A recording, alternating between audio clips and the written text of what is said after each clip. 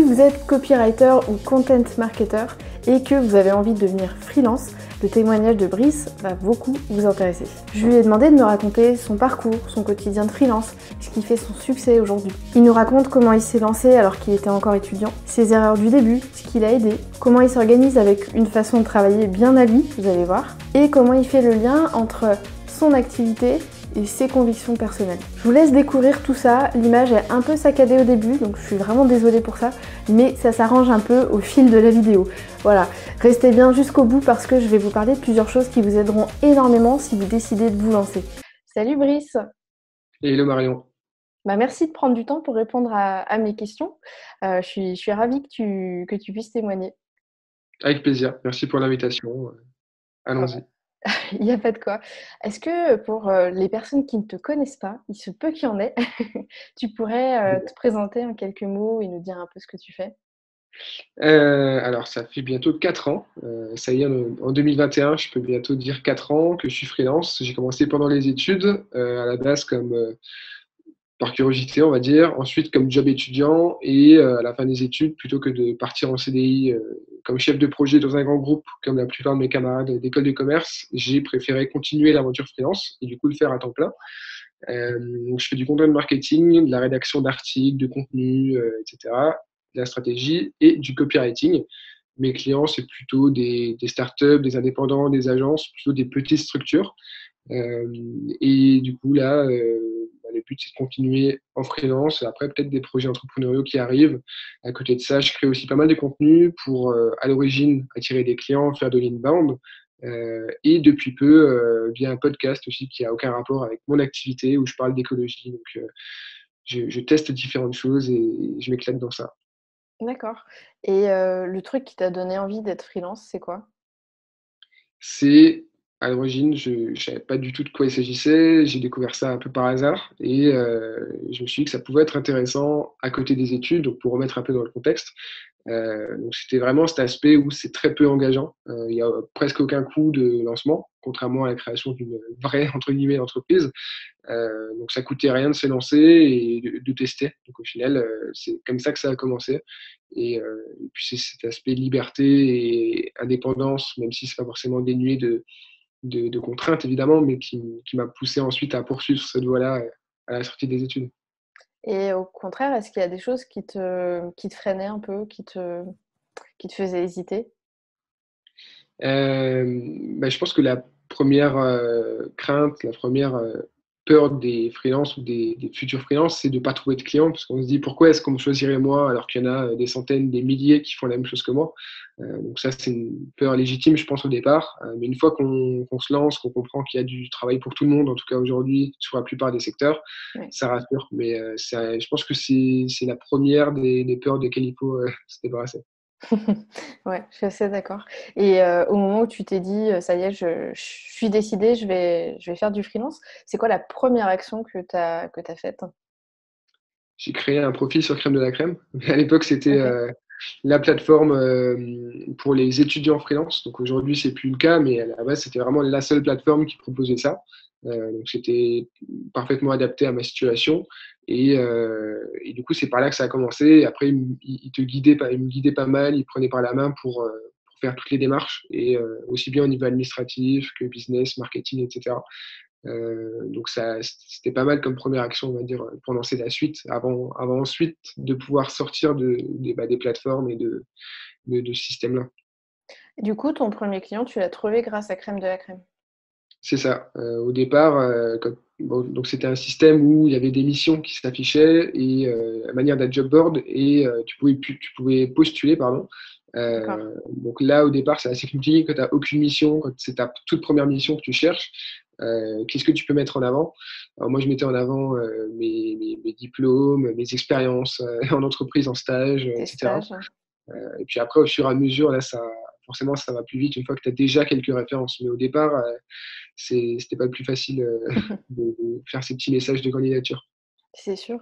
Et est-ce que, du coup, les premières missions que tu as pu faire grâce à Crème de la Crème, elles t'ont appris des choses qui t'ont aidé sur les missions suivantes et peut-être qui t'aident encore aujourd'hui?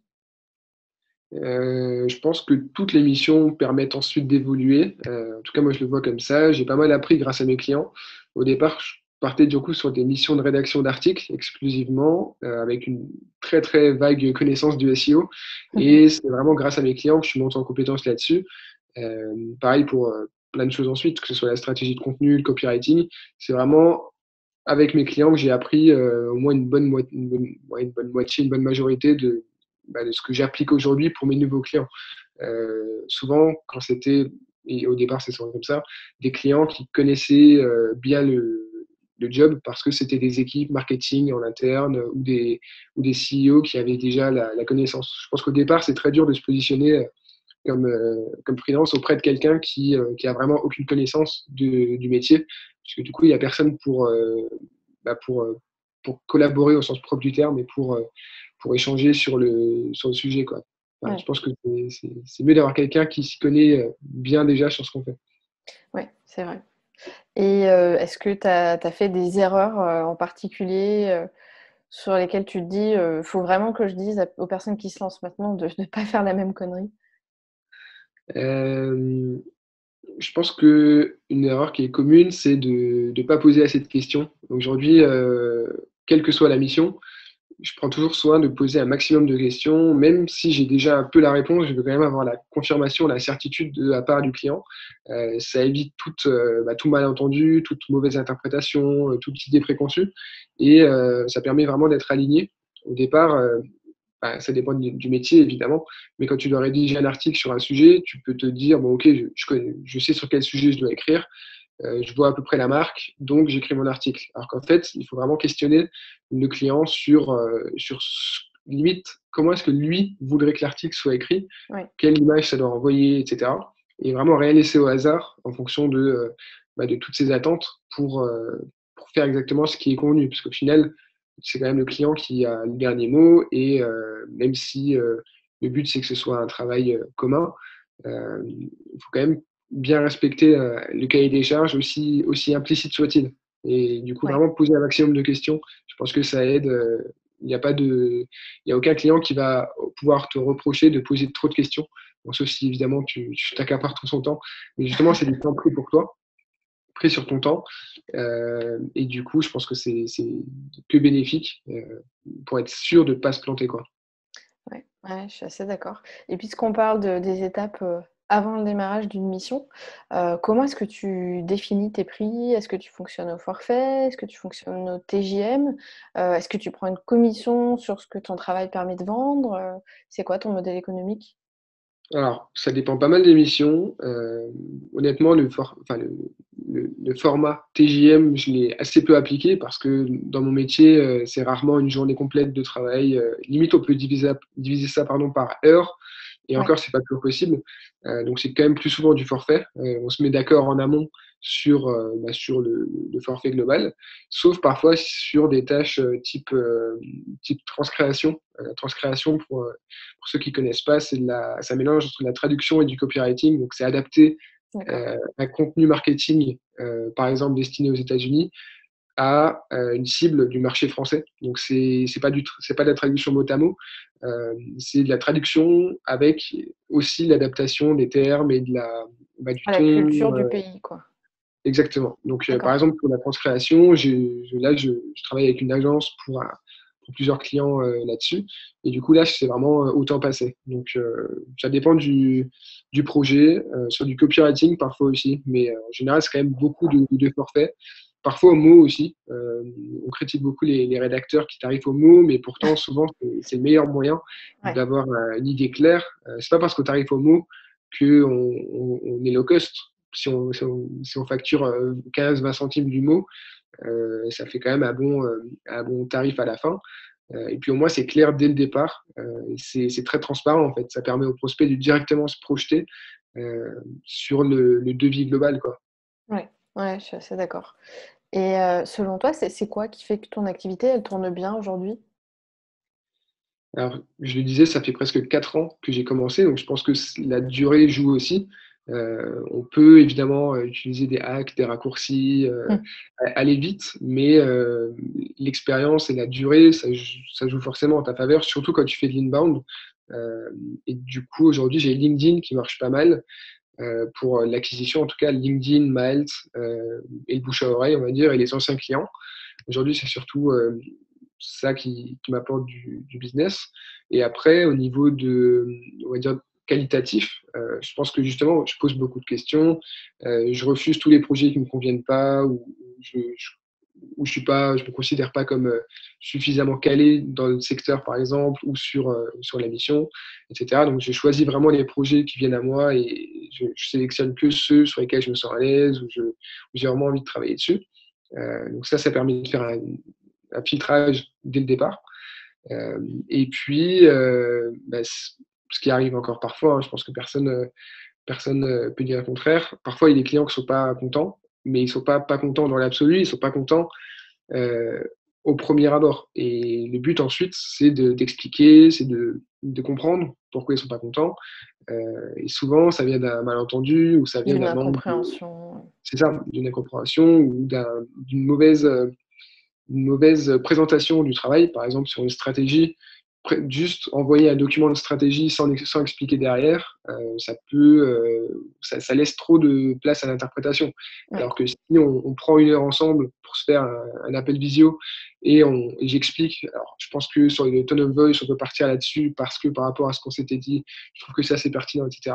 Ça clarifie tout et du coup, ça permet d'améliorer la relation client et de transformer un client pas trop content en client content. Après, évidemment, si le client n'est pas hyper satisfait dès le départ, il faut parfois prendre un peu de temps qu'on ne va pas forcément facturer derrière pour revoir, pour vraiment se remettre en question le livrable, etc. Et pas hésiter à faire ça. Parce qu'au début, j'avais un peu la mentalité, bon, si le client n'est pas content, c'est que ça ne va pas matcher, merci, au revoir. Mais au final, en faisant l'effort, je me suis rendu compte que on pouvait assez facilement en fait, transformer ce pseudo-échec en relation qui marche. Bon, pas toujours, hein, évidemment, mais quand même, la plupart du temps, on peut comprendre les raisons de l'échec et améliorer, transformer l'essai, on peut dire. C'est l'expérience aussi qui permet d'apprendre à gérer ce genre de moments Ouais. et pas à le prendre pour soi, à mieux savoir ce qui fait que dans l'esprit du client, c'est pas forcément ce qu'il attendait. Ouais, c'est clair. Oui. Donc, Je trouve que pour le ouais, coup, l'expérience fait qu'on arrive de mieux en mieux à les éviter, ces moments-là, et à les gérer, quoi.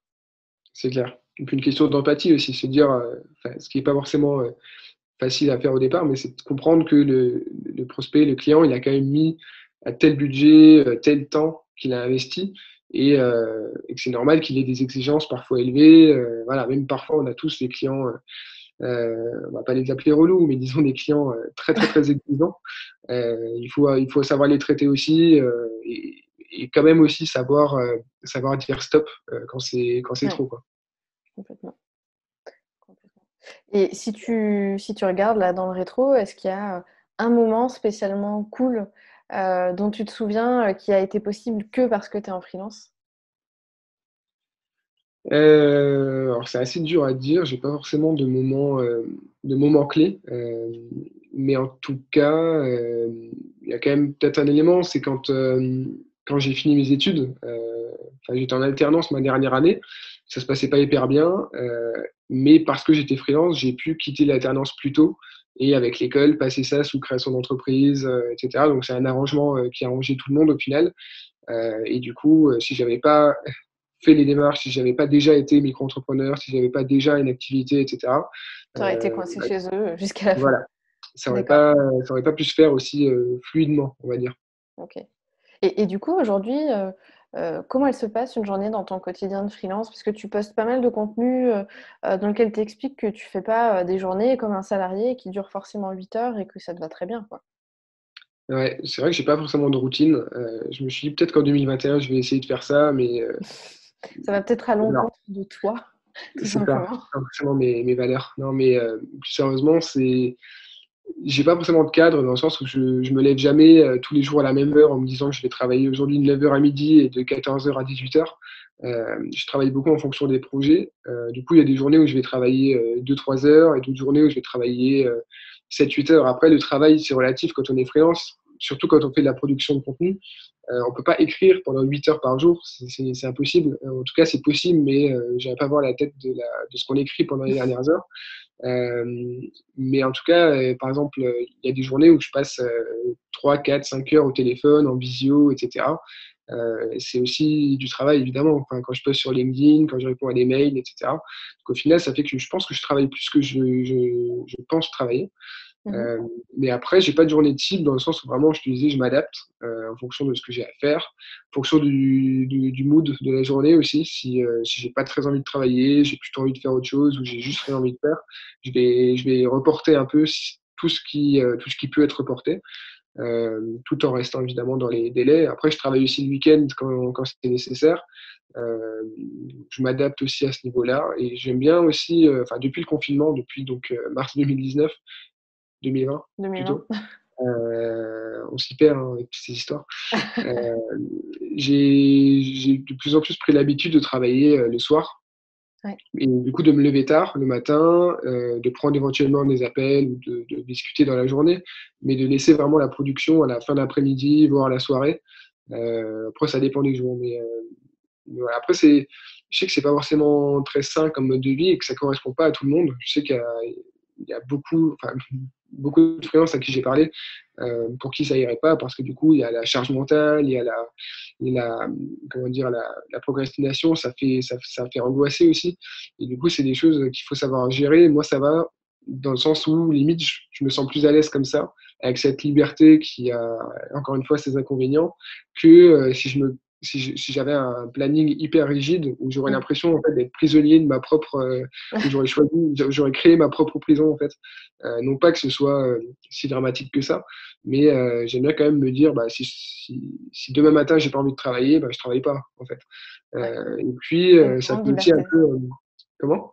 C'est une grande liberté, c'est trop précieux, je trouve. Non, c'est clair. Et ça fait aussi un peu le cliché du créatif torturé, mais le fait de se dire que si je suis pas dans un bon état d'esprit, je vais pas produire quelque chose qui sera de très bonne qualité, euh, je peux me le permettre. Donc autant le faire. Autant, alors que si j'étais en entreprise ou que j'avais un rythme très figé, bah, les moments où tu es un peu fatigué, au début d'après-midi, bah, ce que tu fais, ça va pas forcément être au top et tu risques de passer plus de temps, alors que si tu l'avais fait au moment où tu étais au top, tu aurais mis 1 heure au lieu de 2 ou 3, quoi.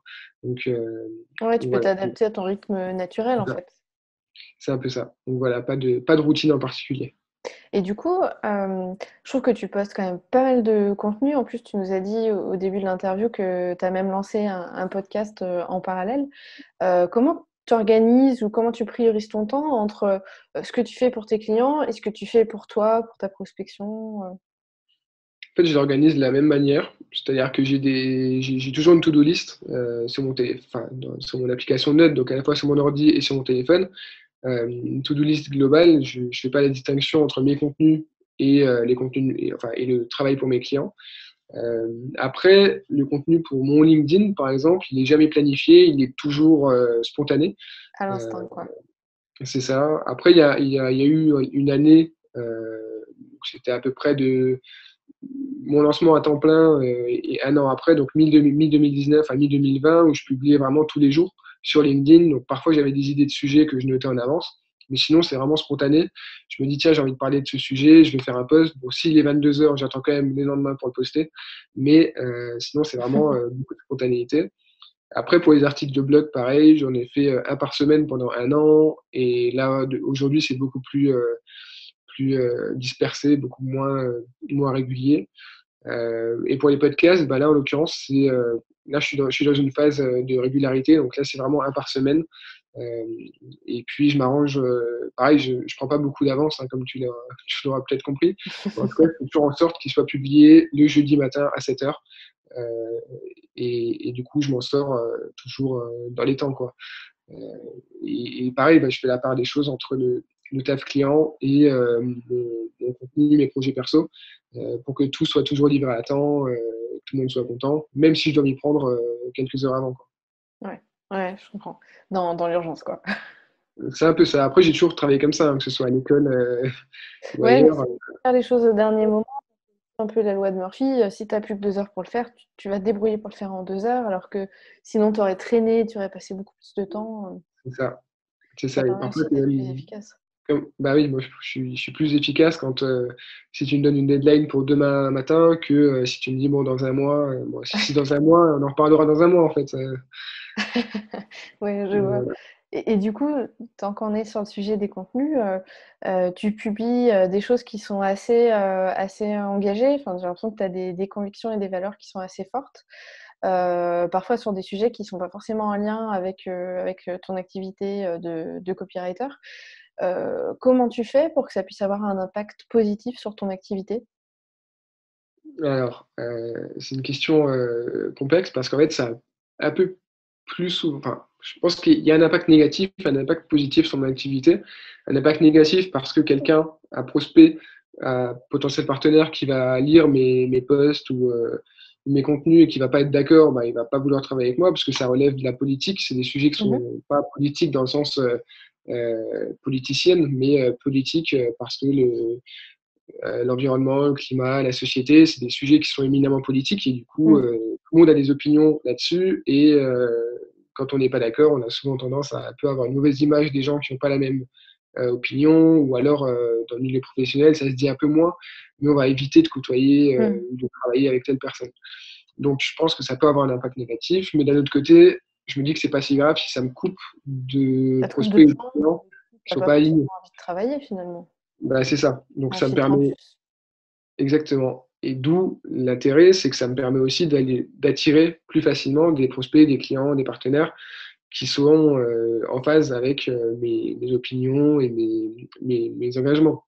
Ouais. Et du coup, je reçois de plus en plus de messages de personnes qui me disent ah, j'aime bien ce que tu. Enfin, les opinions que tu défends, etc. Du coup, c'est intéressant. C'est pas forcément valorisant, parce qu'au final, je suis pas le seul à avoir ces opinions-là. J'ai juste fait le choix de les partager notamment sur LinkedIn, via ma newsletter, etc. Alors qu'à la base, c'est des contenus qui sont plus souvent orientés business, orientés entrepreneuriat, Ouais. activité pro en tout cas. Mais après, il y a un autre intérêt, c'est que ça prépare un peu la suite, parce que j'en parlais déjà il y a quelques temps, mais avec le Covid, etc., j'ai préféré laisser ça de côté, mais ce serait de créer un projet plus vaste euh, pour aider les acteurs à impact positif à se développer grâce au contenu, grâce au copywriting, où je travaillerai avec d'autres freelances ou même créer une agence, des choses comme ça. Et du coup, tout ce contenu, tous ces propos en fait qui sont un peu diffusés partout, ça me permet d'attirer justement cette fameuse communauté, Mmh. ces réseaux qui me ressemblent et de pouvoir activer ce beau monde plus tard quand ce sera le moment de créer Ouais. ce projet plus vaste. Et au final, par exemple, le podcast, évidemment que je le fais pour le plaisir, pour informer, pour avoir Ouais, un mais impact, tu as etc. aussi ça en ligne de mire, quoi. Voilà, ça sera aussi une brique de ce futur projet-là. Puis au final, même si futur projet ne se fait pas, hein, je reste réaliste, c'est possible que ça ne se fasse pas, euh, c'est pas grave. C'est important, je pense, de créer des briques comme ça qui peuvent aller ensemble, mais qui ont un impact à elles toutes seules. Donc Ouais. voilà pour l'impact de mes engagements sur mon activité. Bah, je trouve ça intéressant parce qu'il y a plein de gens qui osent pas forcément être eux-mêmes, qui osent pas forcément, parler à leur manière, Ouais. exprimer ce qu'ils pensent et oui, c'est sûr que, dans la mesure où tu sors un petit peu du cadre, tu sors un petit peu du contexte 100 pro, tu risques de provoquer des émotions, mais du coup, il y a de l'émotion, il y a des gens qui vont pas t'aimer et il y a des gens qui vont t'aimer. Alors que, si tu es lisse, c'est comme tout le monde, que tu dis rien, que tu restes dans ton coin, il se passe rien, quoi et les gens vont pas venir vers toi donc je pense qu'il vaut mieux en perdre un peu pour en gagner plein que de rien faire et de rester au même stade, quoi. Ouais, c'est clair. C'est clair. Après, je recommanderais pas forcément à n'importe qui ou à tout le monde de le faire, de commencer à étaler ses opinions politiques, culturelles, religieuses, que sais-je, sur les réseaux professionnels. C'est moi, enfin, ça fait super longtemps que je le fais, donc je me dis, je suis dedans, je continue, mais je pense que ça doit pas être une stratégie. Il faut vraiment que ça soit, que ça vienne des tripes Que ce soit naturel. ouais, voilà, qu'on se dise. Bon, ça, il faut que j'en parle, il faut que les gens sachent ça sur moi, etc. Mais il ne faut pas se dire, tiens, de quel sujet clivant je pourrais parler demain pour faire du buzz. Là, je pense que c'est plus casse-gueule qu'autre chose. Ouais, ouais, ouais, je pense aussi. Et du coup, maintenant ça fait 4 ans que tu es freelance et si je comprends bien, 1 an et demi, 2 ans que tu es, à 100 là-dessus. Est-ce que tu as des regrets? Est-ce que tu dis que finalement passer par, une vraie case salariée, parce que finalement le monde de l'entreprise, tu l'as quand même connu en alternance. Est-ce que ouais, est-ce que tu as des regrets? Est-ce que tu dis qu'un jour peut-être tu retourneras vers le salariat? J'ai une petite idée de la réponse, mais Euh, alors, j'ai pas de regrets dans le sens où j'avais pas d'autres. Enfin, en tout cas, à mon sens, j'avais vraiment pas d'autre solution à ce moment-là. Je me voyais vraiment pas commencer par un CDI. Enfin, c'était pas possible à la fois techniquement et j'avais pas du tout envie de ça. Après, je ferme pas complètement la porte. Je me suis déjà posé la question. Je me suis déjà dit, tiens, enfin, au début de la crise, notamment, quand on se disait tous, quand on entendait partout que tous les indépendants sont menacés, etc. Bon, au final, c'est pas forcément vrai. Mais je me suis aussi demandé, est-ce qu'il y a un poste en salariat qui pourrait m'intéresser? Euh, Peut-être, hein, on ne sait pas, pas en agence, parce que j'aime pas forcément l'environnement de travail des agences, même si je les mmh. adore en tant que client, que partenaire.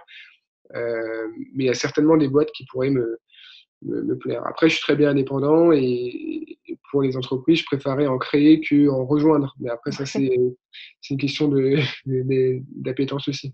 Ouais, je comprends. Et alors du coup, tu as évoqué, l'idée de créer une structure un peu plus grosse que juste toi, pour, pour contribuer aux causes qui te tiennent à cœur.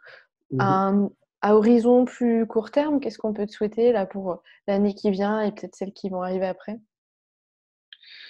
Euh, de pouvoir continuer d'avancer à mon rythme, que tout aille relativement, en tout cas bien comme je le souhaite, et peut-être d'aller un peu plus vite parfois, parce qu'il y a souvent des projets que j'ai en tête, mais que je déploie que 6 mois après. C'était le cas du podcast, par exemple, alors qu'en soi, techniquement, le podcast, c'est que quelques heures de travail par semaine et la création, disons l'origine, ça prend peut-être une journée, voilà, de création des comptes sur les plateformes, commencer à vraiment mettre en forme tout ça.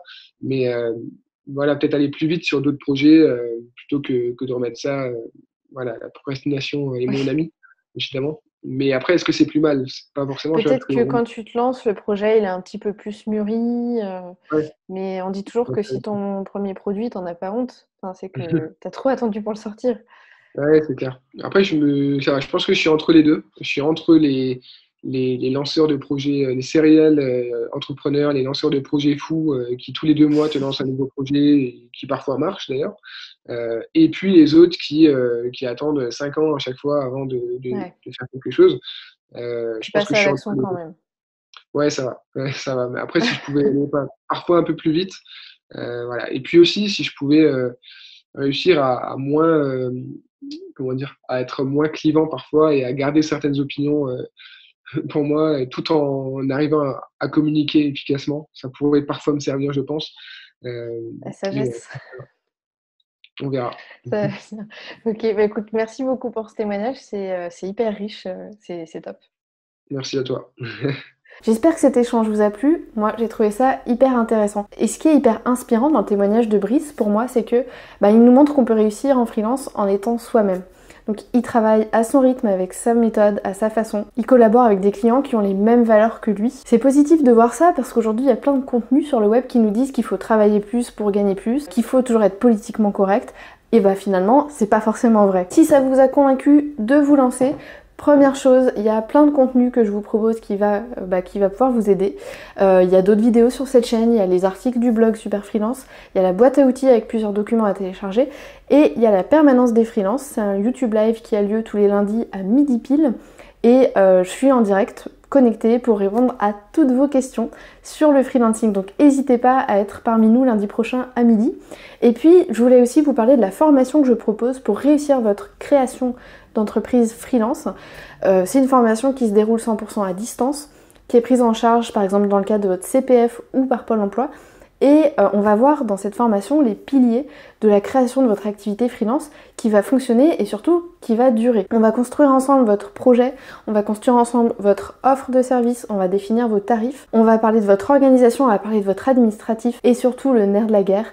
On va définir une stratégie commerciale pour vous permettre de trouver des clients et de les garder. Voilà, je vous en dis pas plus, toutes les infos sur cette formation sont sur une page dont le lien est juste sous la vidéo. Je vous invite à aller voir ça tout de suite. Je suis disponible bien sûr pour toute question et je vous dis à très vite.